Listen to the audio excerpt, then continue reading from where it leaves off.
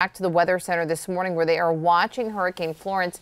This thing is moving slow, right? So slowly, 6 miles per hour, and that's it. If you're thinking about driving your car 6 miles per hour, how slow that is, that's how fast or slow this hurricane's moving. 90 mile per hour maximum sustained winds. It is a mere 20 to 30 miles away from landfall, so that will be happening in the next couple of hours. We can see that on radar imagery very clearly. The edge of the eye wall is touching land now, but we have to get the full center, basically, where that clear and dry spot is, to intersect the land before actual landfall occurs. Flash flood warnings up and down the coast from the southern Outer Banks almost down to the South Carolina border, and you're starting to see even some rainy, showery weather get oh so close to the Myrtle Beach area.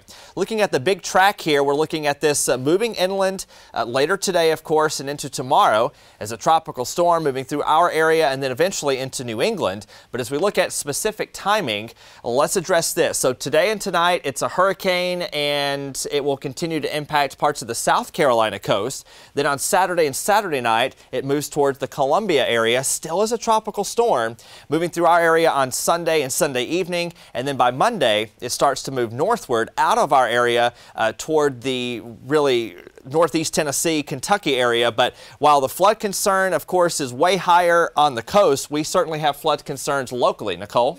Do, and that's why we have now from Saturday morning until Tuesday morning a flash flood watch in effect for all of the upstate and most of our mountain counties. It does exclude Graham, Swain and Macon counties, and it excludes northeast Georgia, including Rabun County, but the rest of us under a high alert for flash flooding getting into the weekend. Our local impacts are probably greatest in the upstate as far as a flood concern.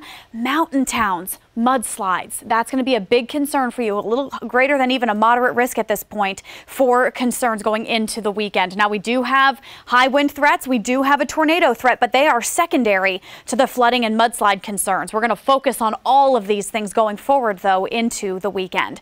Our rain totals potentially from Florence are at their greatest in the easternmost mountains, McDowell, Polk, Rutherford County, eastern Buncombe County and Hendersonville area, all the way out to parts of Cherokee County, 5 to 8 inches. The farther east you go, the worse it will be. So looking at central mountain towns and really into areas of northern Greenville County, Spartanburg and Union, 3 to 6 inch likelihood for rainfall, a little less, 2 to 4 inches in the central Greenville area westward, and then less than 2 down into northeast Georgia, which is why you do not have that flash flood watch in some of those far western spots. Winds are going to be another big concern for us. Now, Saturday afternoon, a breeze for sure, looking at a very significant windy day, but 14, 15, even 20 miles per hour for the wind speeds as far as the gusts are concerned. That means your steady wind will be a little less than that.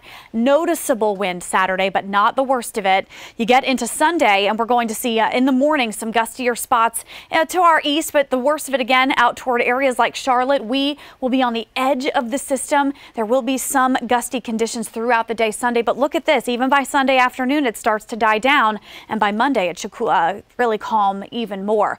Gusty conditions at the coast right now. Wilmington, 67 mile per hour wind gusts, up to 41 mile per hour wind gusts in Myrtle Beach. That is tropical storm force.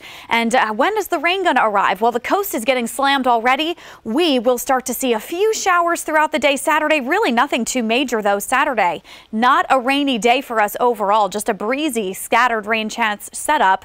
By Saturday night, it starts to build. Sunday, heavier pockets start to move in. Sunday afternoon and evening. Look at this. We start to see a little more of those heavy rain pockets, especially in those focal points that we talked about for 5 to 8 inches in areas like Rutherfordton and Lake Lure. Just be on high alert for that.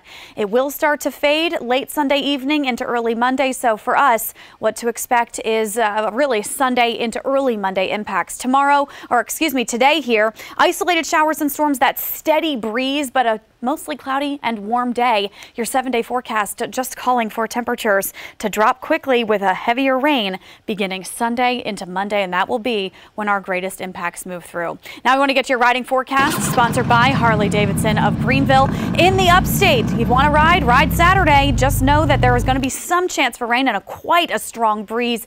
Tuck in on Sunday. Put that bike in the garage and don't even think about it until next week. Sunday, not a day you want to ride. Mountain towns, same for you. Saturday, you might squeeze in a ride if you can deal with the heavy wind that's going to be out there, but Sunday, you're not going to want to ride. Heavy rain, gusty wind and some dangerous conditions out the door. On the road, Sarah, at least getting to the weekend, people shouldn't have a problem getting to and from work and school today.